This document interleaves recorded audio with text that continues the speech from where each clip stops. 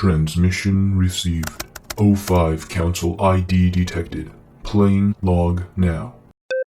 Magic orientation. Hello! Thank you all for coming. For those of you who don't know me, my name is Dr. Tilda David Moose. I am the director of Site 19. I'm here to, pardon my colloquial tone, I'm here to talk to you about magic. I'm not a very good speaker, just letting you know that up front. If it were up to me, someone else would be standing here. So let's start this with some questions. Just raise your hands like you're back in school. Easiest way, don't you think? Oh, that's too many hands. All right, you in front, go ahead. No, this isn't an orientation for Mobile Task Force Sigma 3. Sigma 3 is a task force that doesn't exist. It doesn't hold orientations. I think they had one orientation, ever, and that was when they were created. If you're here from Sigma 3 and you think you need an orientation, your superiors haven't been doing their jobs. Next question. I thought I said, don't ask me questions about, okay, fine. She just asked why everyone here is from Sigma 3. First answer, it's not everyone. More, 2/3 of you. I see at least a dozen are high-ranking members of Tau 9, the bookworms. Some of you are Clearance 4 researchers who've just been read into this program, at least 3 of you are new directors, and some of you are spooks. Not saying who, of course. Just have fun wondering about that. Anyway, very, very few people in the Foundation are allowed to know anything about magic. This is, by far, the largest number of people I've ever spoken to about this. I guess what with everything that's been happening recently, the overseers want more people, knowing what's going on. Yes, okay. Ask your question. His question was, what exactly is Sigma 3? In that case, I have a question too. How the hell does anyone in here not know what Sigma 3 is? You should have been sent material on... Right, great. Still in the process of declassification, I see. I take it back, I suppose. Okay, we'll start with what we call the anomalous community. Give you the lay of the land, how the world works, out there in the shadows. I'll explain how our groups of interest fit into this. I'll tell you about the Wanderer's Library. And, yeah, I'll explain a little bit about Sigma 3. In between, we'll have breaks so you don't hate me too much. I assume you all already know this, but there may be about 100 of you in here tonight. Still, you are a fraction of the Foundation's population. We're going to keep it that way. Anything you hear from me, anything, is not to be discussed with anyone who's not read into this program. On pain of death. Probably. Dr. Moose clears her throat. When she speaks, it is in the colour blue. Finally, I'm going to talk to you about magic. Don't panic. No, you're not hallucinating. There has been no containment breach, and I promise there are no drugs in your coffee. I am quite simply talking to you in the colour blue. This is because I am what they call a mage, or if you like, a type blue, or a witch. This is stuff we can do. It's, well, magic. Trivial magic, but magic nonetheless. Dr. Moose clears her throat again. She resumes speaking regularly. But I'm not going to talk about magic quite yet. Give me just a moment and we'll get started. Sigma 3. Right. I said I'd talk to you about Mobile Task Force Sigma 3, the bibliographers. The boring name is on purpose. Let me preface this. I'm not in Sigma 3, I only consult. I did induct a few of you myself a couple years ago, but I don't do that anymore. Yes, I see you, Agent Navarro, stop waving. As I was saying, since I'm not in Sigma 3, this will be the short version. Sigma 3 is a Foundation task force which deals directly with the anomalous community, on friendly terms, or at least as friendly as we can manage. If this sounds ridiculous to you, good, means we haven't had any leaks.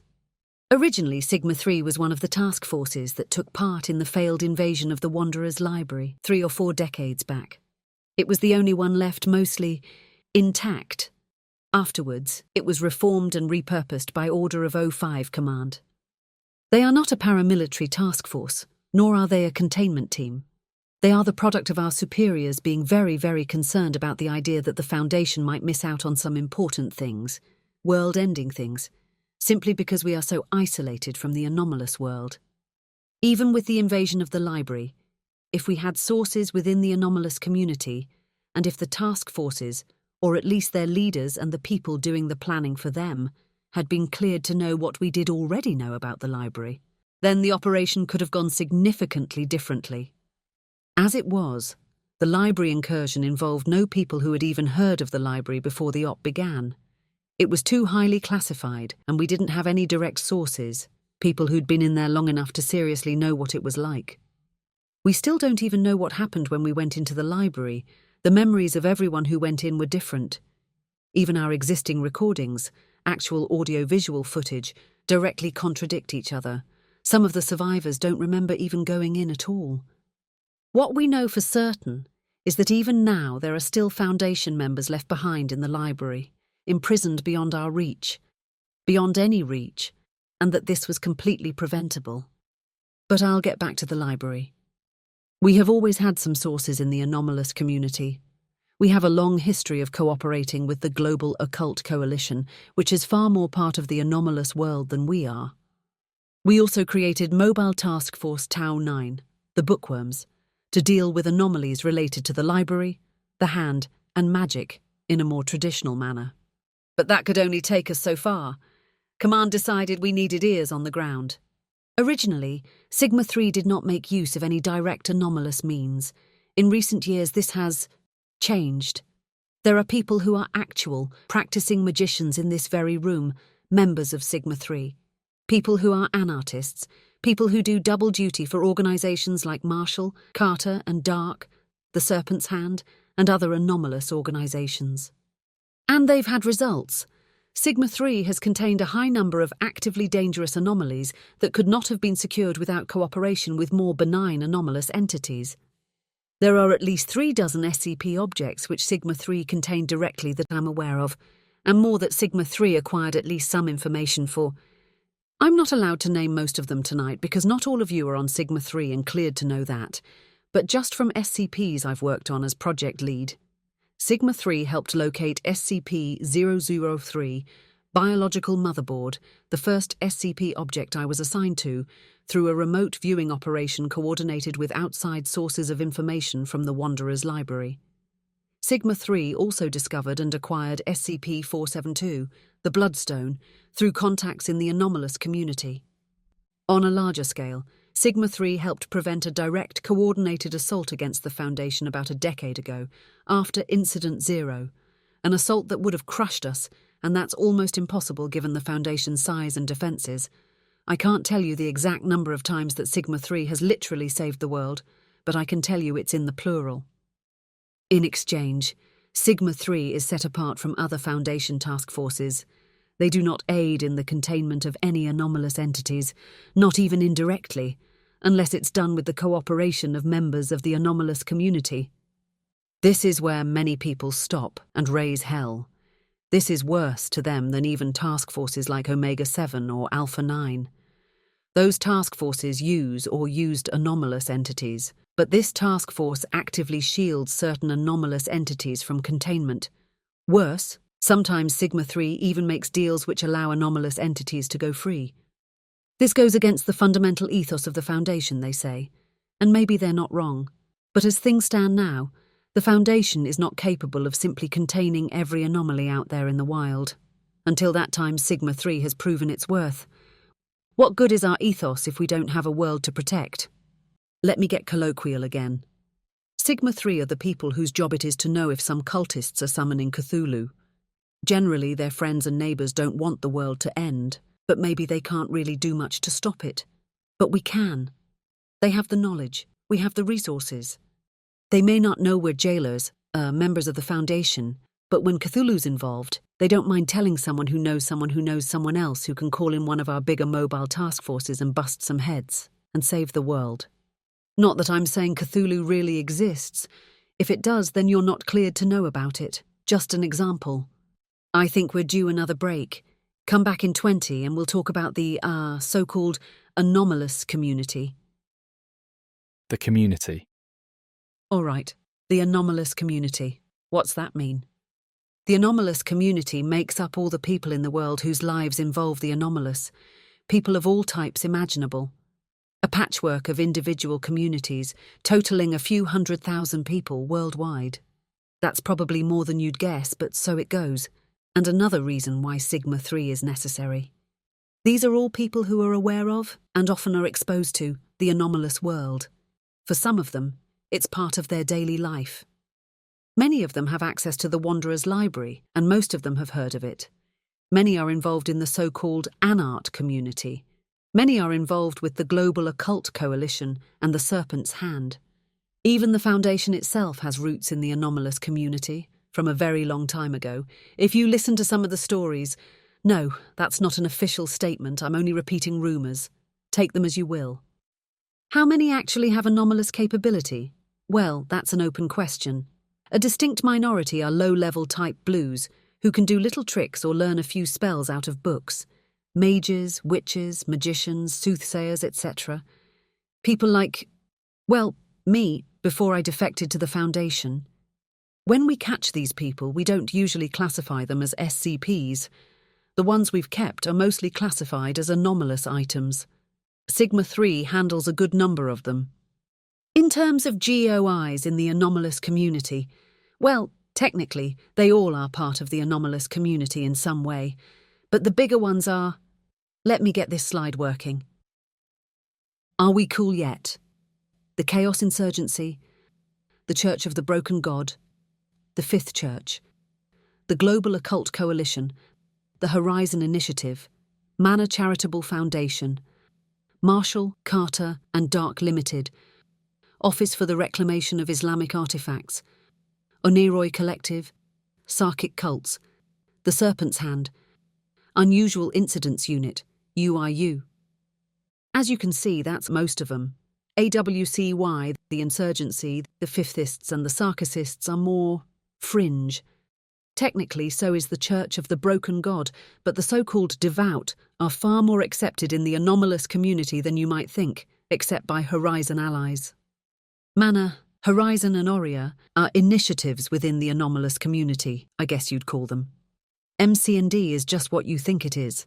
The rich people in the anomalous community are mostly all part of it or associated with it, and Oneiroi, gods only know what the Oneiroi are, so I won't speculate. Then we have the two biggest ones, the Coalition and the Hand. We have a reputation too, people who don't sign on with the GOC, and even some of those call us jailers. But the Coalition gets called book burners, so it could be worse. About the insurgency, people outside the Foundation don't view it the same as we do. We see them as, well, insurgents, half-crazy defectors from the Foundation who want to destroy everything for who knows what reason. The anomalous community sees the insurgency as a movement, more akin to the Sarkic cults than anything else. A movement to remake the world, with strong religious overtones, despite the insurgency's professed atheism. People who want to become gods, destructive beyond reason, and crazier even than the people who want to summon dark gods. Actually, even the people who want to summon dark gods tend to think of the insurgency as going too far. They're popularly referred to as the Sowers of Discord and the Madmen. Keep in mind, these are literal death cults calling them that.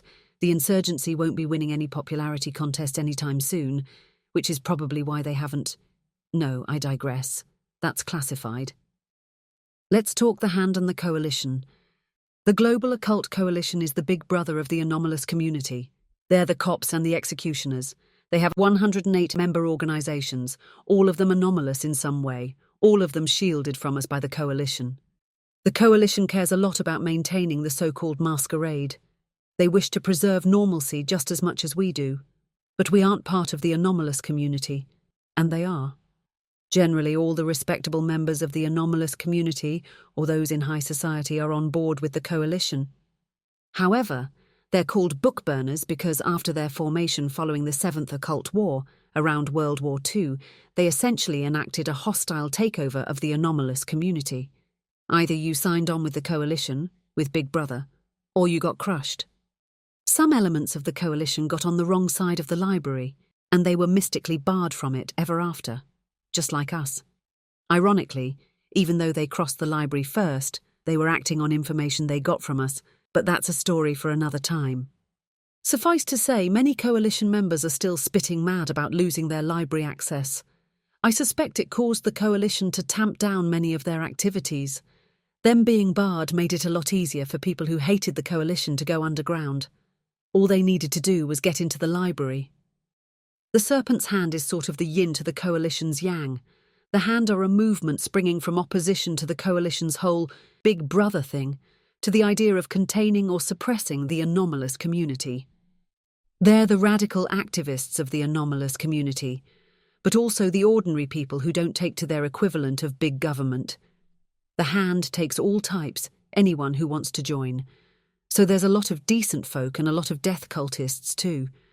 There's heavy overlap between the Hand and the fringe communities, obviously, plus movements, like religious cults, or the occasional full-blown religion like the Church of the Broken God, and anarchist groups.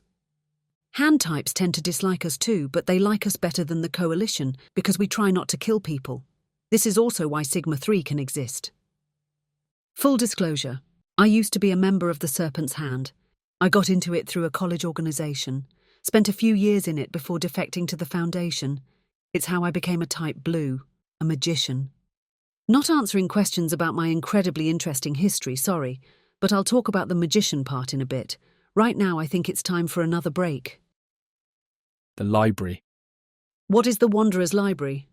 Most of you have probably heard of it and know it's, a library, and that the Serpent's Hand uses it and we don't. And that's about it. The Wanderer's Library is a library containing almost every book ever written, and many that haven't been written yet, and many that will never be written. We've got some footage for this. Give me a second to cue it up. All right, more than a second. Gonna keep talking. We won't be showing you the outside of the library because as far as we know, no one has ever seen it. The library is a place outside space. Extra-dimensional is the technical term, though not very descriptive. The library isn't on our world, though it's connected to it. You reach it through ways. Ways are a network of, basically magic portals that take you from one place to another. They're scattered around the world. The Foundation contains a number of them, mostly classified as anomalous items. A few networks are classified as SCPs. The library is a nexus of ways, the largest one on Earth. A way that connects to the library is called a door, because they attach to doors within the library. Pretty simple. Using the ways isn't so simple. Okay, some of them are. Each has a trick to it, to make it work. Some of them you just need to be invited in. Others require some ritual. Sneeze on a shadow, recite a code word, befriend a fairy, follow your pet cat, kill a sheep, play the harmonica as you walk through a doorway. Sometimes these are called knocks. A way can be anything you can picture as a door, or anything like a door, a cave, an archway, the back of a truck. Technically, every shadow or mirror could be a way, just not a useful way. Some of them are just art pieces. I once used a picture of a door to enter the library back when I still could. Some of them are corridors between the stars. They're more common than you'd think too, at least a few in every major city. We know the locations of a few, but we know that many more exist. If someone from the Foundation or the Global Occult Coalition tries to use ways, they either don't work, or the library redirects them into dangerous places, other planets, barren, hostile lands, outer space. Someone reported that one literally opened into hell. You can take that for whatever you think it's worth. More commonly, though, they just funnel us into the library archives and make us into librarians. I'll explain that in a moment. We've got the footage working. The footage shows two women and one man walking through a forest. One woman wears a skimpy Godzilla costume. The other woman wears full plate armour. The man is dressed in a red costume covered with plastic flames. So this is a fairly typical question. Why the costumes? Oh, this particular way requires you to dress up as something you're not. So, cosplaying. These are our agents, by the way. In plain clothes. I guess not. Plain clothes? Godzilla is Agent Jones. The Knight is Agent Liu. The last one's here today. Agent Navarro. The one in the, flaming outfit. Say hi to everyone, Agent Navarro. You know you want to. The footage shows the three agents walking between two trees which have grown closely together. As they pass between the trees, they vanish into thin air. The footage cuts out. Anyway, these are three of our members of Sigma 3 who can access the library. Out of the entire Foundation, generally only members of Sigma 3 can get into the library, and only some of them can at that. We think the library has some way of knowing who's going to use the library to target its patrons, and not just in the present, but in the future. Yeah, the library seems to have some limited ability to see the future. How? Your guess is as good as mine. This is, by the way, why Sigma 3 doesn't help the rest of the Foundation contain people in the library. If they did that, they'd simply be kicked out, and then we'd lose our in to one of the most important anomalous locations in the world. The footage resumes. It shows Agents Jones, Liu, and Navarro, now in ordinary clothing, standing in a huge hall surrounded by massive shelves of books, going up, skyscraper high, too high to see the top. In the hallway are many tables and many people, well over 100 at least. As the footage plays on, it becomes obvious that not all of the people in the lobby are human. One person passes in front of the camera, their face is blue and covered in spikes. A 30-foot-tall walking carpet sits down at a nearby table with a book in each of its 3 tails. This is the main hall of the library. It's even bigger than it looks. This is actually a pretty empty day. Usually there's at least a few hundred people around at any given time, and it can hold thousands just as comfortably. Spaces are deceiving in the library. For example, in the main hall, it takes half a day to reach the back walls, yet the space you've crossed is at least the size of a continent. Oh, and that's just the main hall. The library has many wings. Some of them are small, only the size of a city. It just goes up from there. Some of them are actually built into forests, and some of them have their own skies. As the footage continues, Agent Navarro appears to try to converse with a robed humanoid figure. The figure has no mouth. Where its left hand should be, there's a chain connected to a glowing brass lantern. Ah, yes. That is a librarian. Yeah, that one has no mouth. This is because being a librarian is a punishment, usually.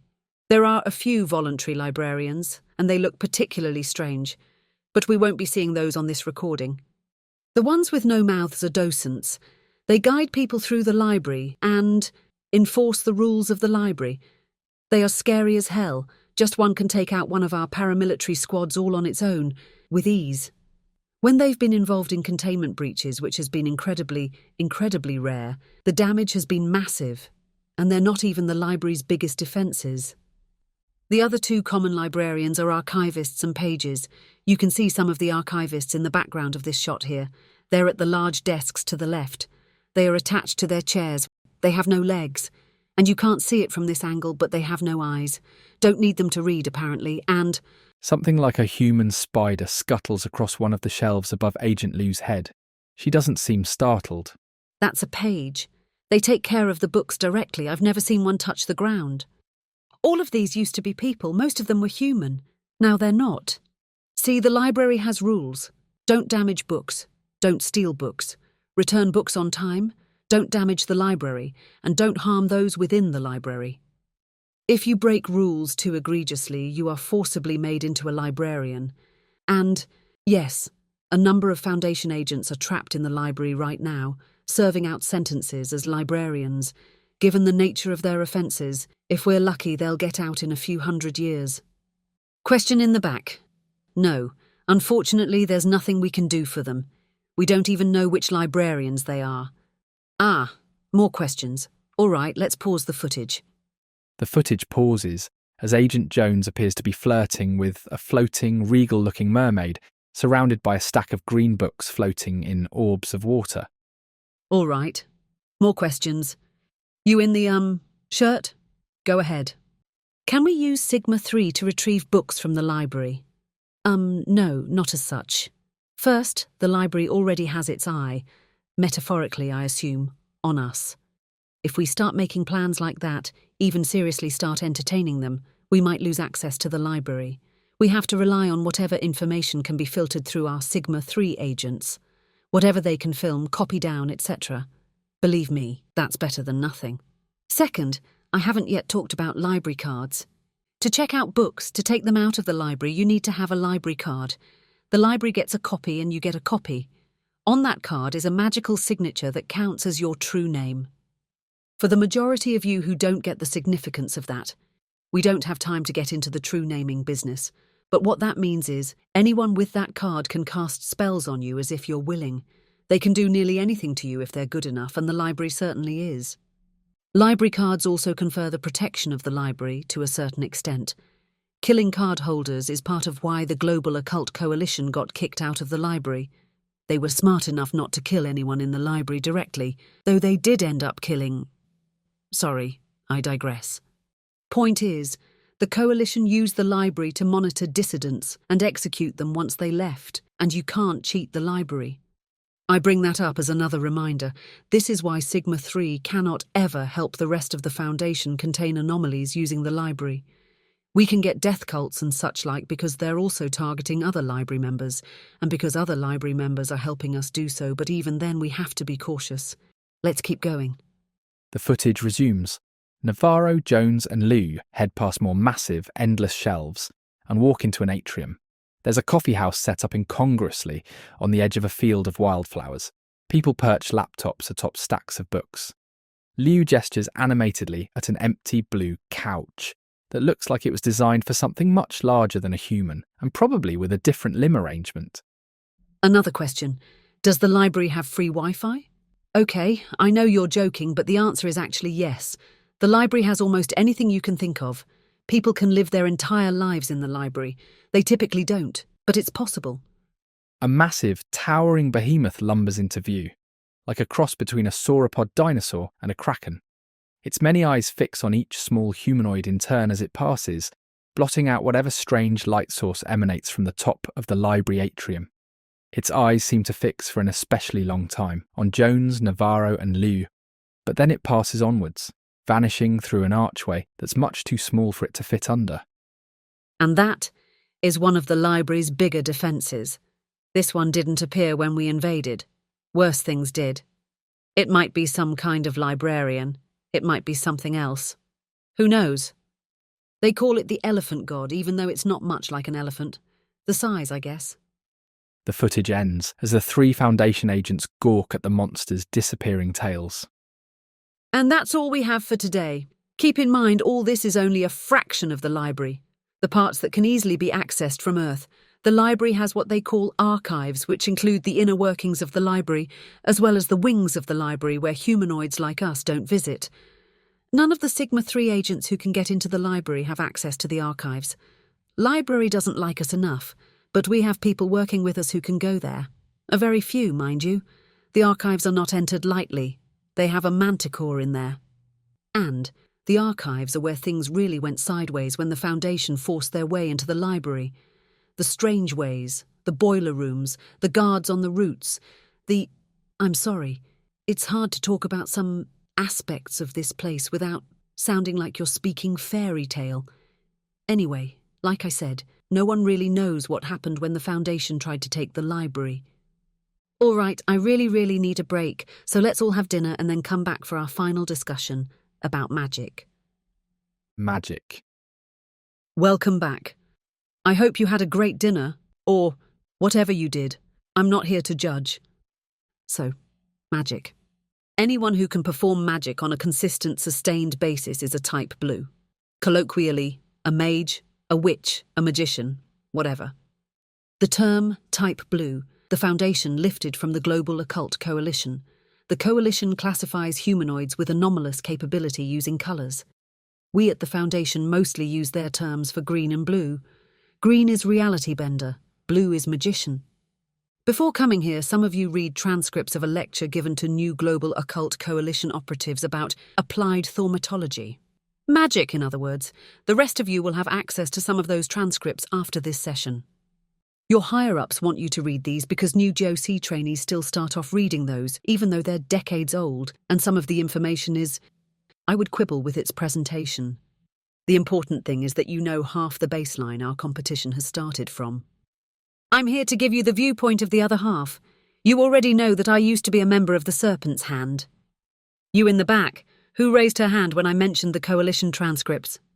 For anyone who didn't catch that question, she just asked about that Hogwarts shit. She wasn't joking, no. Hogwarts is the, International Centre for the Study of Unified Thaumatology. It's not exactly Hogwarts, more a university focused exclusively on research, but yes, it is on some level a school for wizards, depending on your definition of wizard. Why haven't we contained and shut them down? Well, remember what I told you about Sigma-3. But sure, we don't need to use Sigma 3 for that. The real answer is that the center is protected by the Global Occult Coalition, among other things, and I'm not exaggerating when I say that attacking it could trigger World War III. Something I need to keep reminding people. We're here to secure, contain, protect, not to blow everything into the daylight just to make sure we possess every paranatural artifact on Earth. Either way, it's not up to us. We're to leave the center alone by order of the O5 Council. But yes, it exists as part of the anomalous community. No, I don't think Foundation members can attend. The Hand and the GOC have a number of Type Blues in their ranks. With the Foundation, officially, we have no Type Blues. There are no Foundation magicians. Of course, you know that's not true. Still, we have only a few, and almost every Type Blue Foundation member is associated with Sigma 3. But all that aside... Dr. Moose clears her throat and begins to speak in blue. You want to know how I could talk to you in blue? Well, it's not especially easy. I did a few rituals before coming here so I could do this a few times on cue. All with the permission of our higher-ups in the Foundation. Yes, there are people higher than me, of course there are. I'm only a director. Point is, any and all magic that any of you will be performing will be done under strictest supervision, unless you're out in the field and need to blend in. All of it will be done in the service of the Foundation. One of you asked me a question when you were supposed to be having dinner.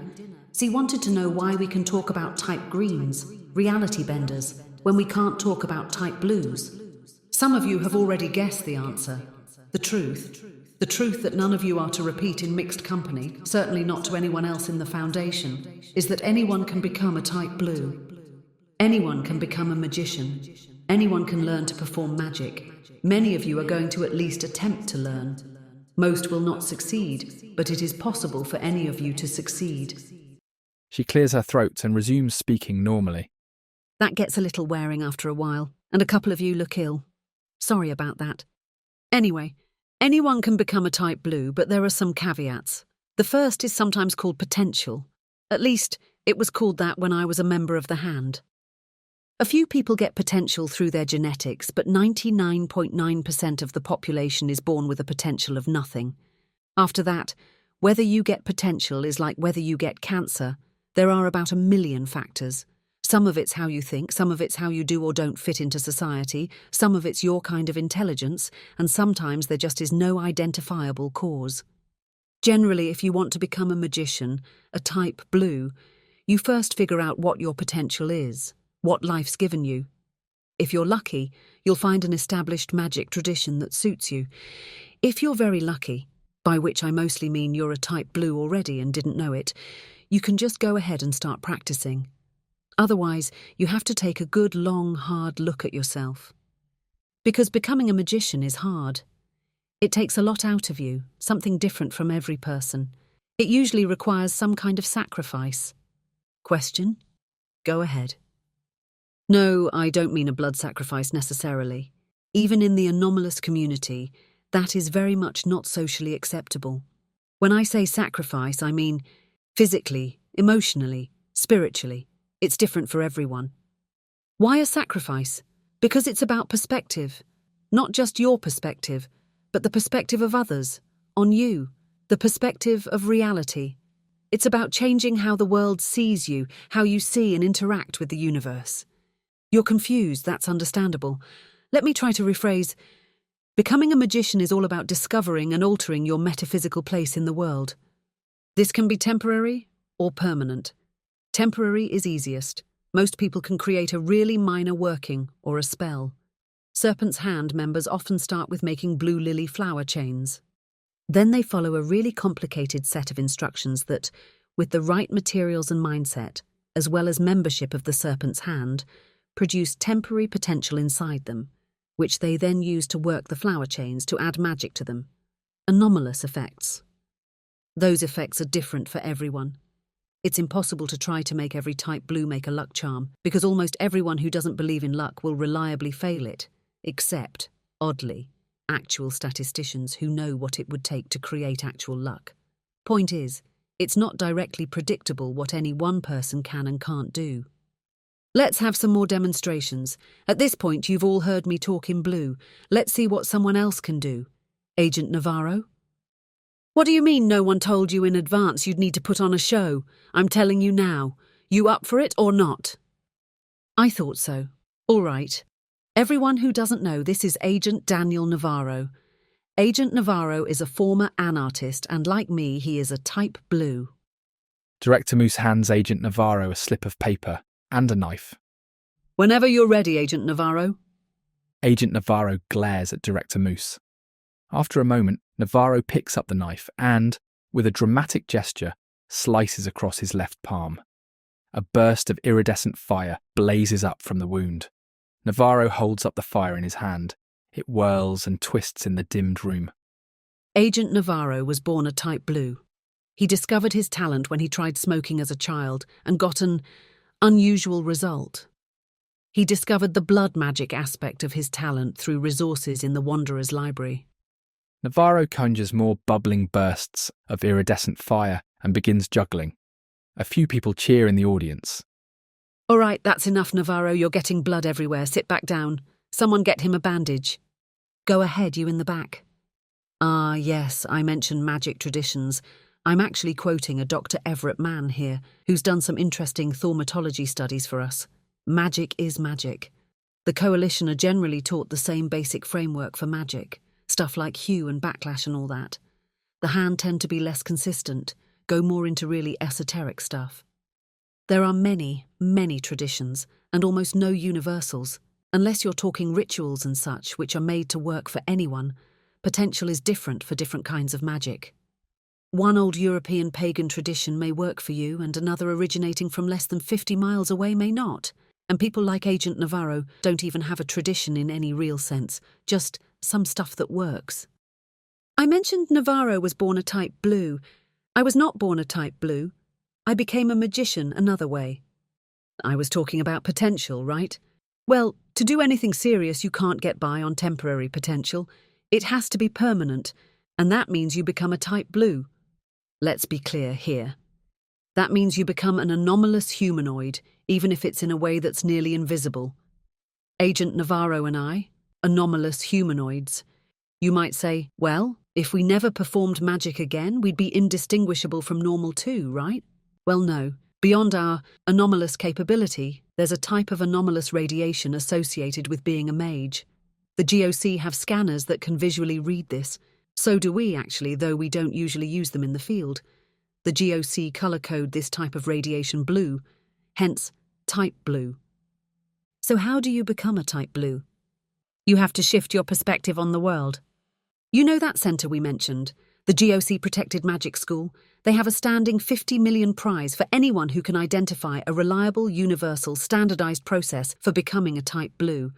No one will ever win it because you can't just make people reliably, universally shift their perspective on the world. Almost everyone in the world is capable of doing it, but almost everyone in the world is capable of cutting off their left hand. How many people are actually going to do that? Especially if it might not even do anything for you, because little did you know you needed to lose an eye.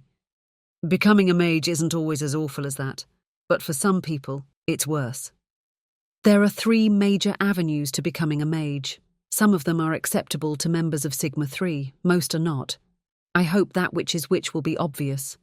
Let's start with the easy way. This is to just hang out around magic. Simple exposure. People with high potential, or outright type blues. Wearing magical jewelry. Creating minor workings. Becoming a member of a magically inclined organization or a cult of some eldritch deity. A big thing is spending time in a magic-saturated environment like the Wanderer's Library or Sigma 3's training facilities with Sigma 3 members who are type blues. This is one principle of magic, beyond the scope of what we have time for today. Like affects like and like produces like too. Do this long enough and if you're lucky you'll become a type blue. Many people aren't lucky. The second way, done alongside the first way, is to forcibly, drastically change who you are as a person. Move countries, change religions, readdress your sexuality, see if you can find some suppressed aspects. Alter your mind directly with anything from spells to amnestics. Scarification and tattoos are common. Give birth to a child. Raise the child. Yes, even becoming a parent changes your potential and the nature of who you are. Either way, The idea is to give something up. Sacrifice, as I said. It's simplest to give up who you are. Often this is the most appealing option, more appealing than it might sound.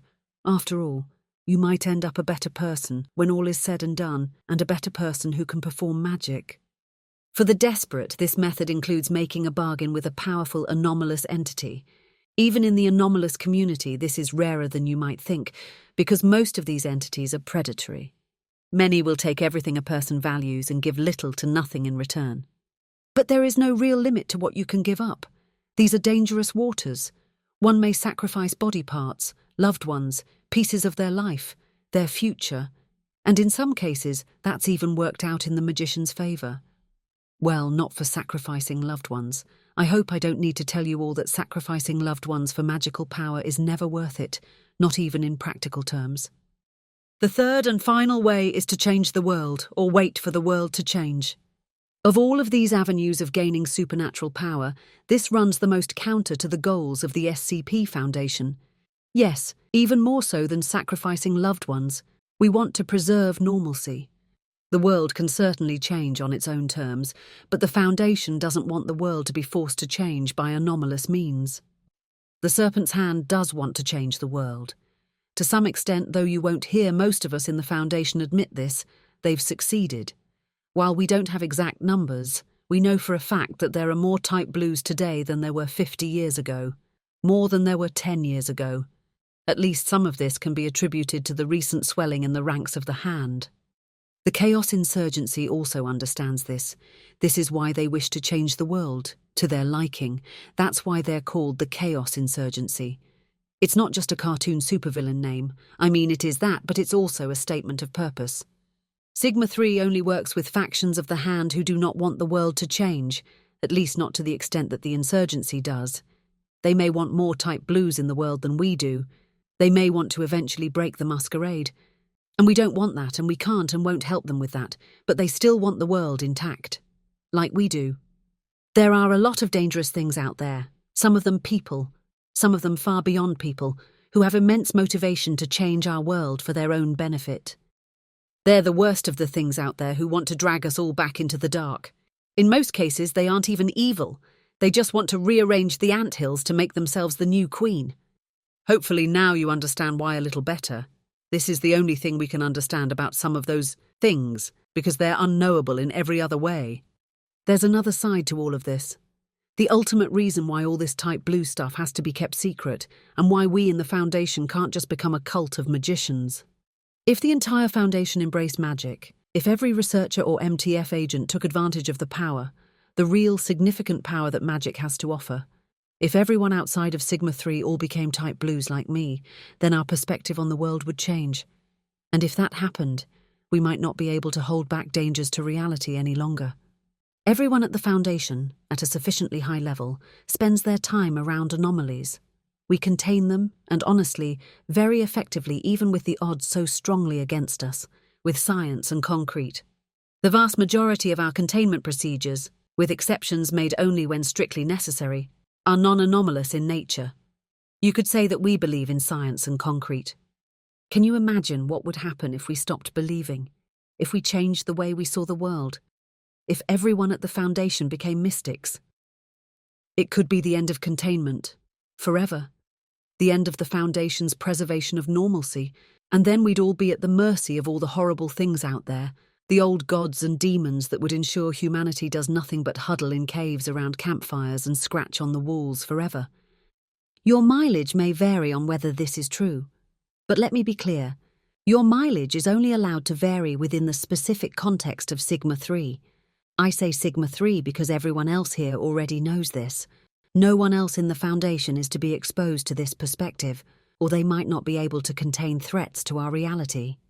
This is also why most members of the Foundation don't even know magic is real. It sounds small, but it starts small. Say, a researcher fantasizes about casting Wingardium Leviosa, or an agent with an unfortunate romantic streak, and it ends with being unable to believe that Cthulhu can be contained behind sheets of steel and walls of stone. But it's not my job or your job to keep Cthulhu's containment from failing. That's the job of the rest of the Foundation. Your job is to do things the rest of the Foundation can't. Your job is to find out what everyone else knows about Cthulhu that we don't. We share their perspective, something no one else in the Foundation can risk. In this way, we preserve the world and serve the primary mission of the SCP Foundation in a way no one else can. Any final questions? Okay, that's a lot of hands. I'll take just one for now. Ah, yes, you're right. I didn't tell you how I became a Type Blue. Well, I'm not going to go into detail. Let's just say I took the second way. I made sacrifices, major sacrifices. Among other things, I deliberately did things to my own mind that I absolutely do not recommend. Many of my friends did similar things. Some did worse and failed. Some did not survive the experience. And I will never get back some of the things I gave up. Such is magic. Such is the anomalous world. But even now I can still do something like this. Director Moose takes out a small object and places it on her lectern, a small carved moose figurine. She leans over and whispers to it. There is a gust of wind coming from nowhere in the indoor hall, and a massive black cloudy figure towers over the audience, the shape of a demonic moose with antlers stretching across the ceiling, and many eyes shining like coals from within the roiling mass. Someone screams.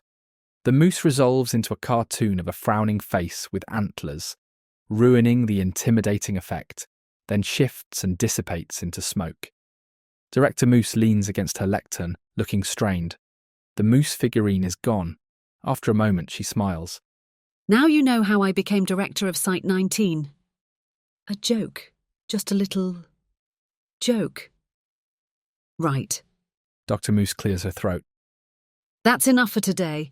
I'll take questions after an hour's break from anyone who sticks around. Thank you all for coming and see you on the other side.